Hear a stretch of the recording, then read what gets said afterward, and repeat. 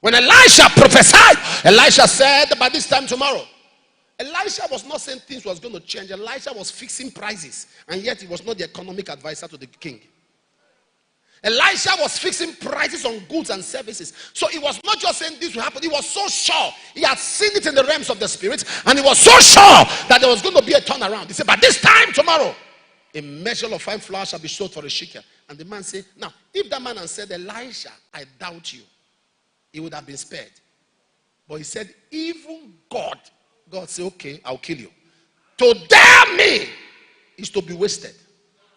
To dare me. He said, if even the windows of heaven were open, these things cannot be. And God said, oh, really? Okay, I will open that same window and strike you.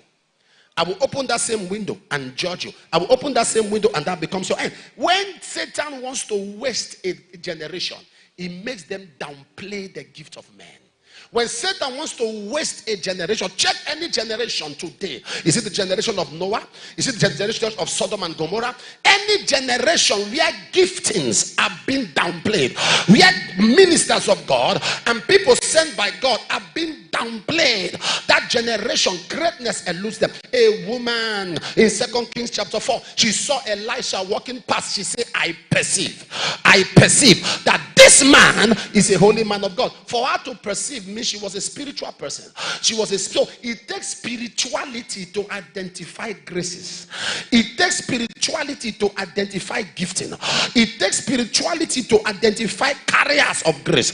It takes spirituality to identify carriers and people who God has assigned to put. Listen, life keeps dragging on, because when God says I'll bless you next year, it can be 500 years.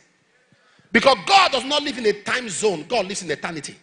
A day before God is like 1,000 years, and 1,000 years is like a day. So God can tell you, by this time, he can speak to you audibly, say, by this time next year, I will give you this. And in the calendar of God, next year can be 20 years time.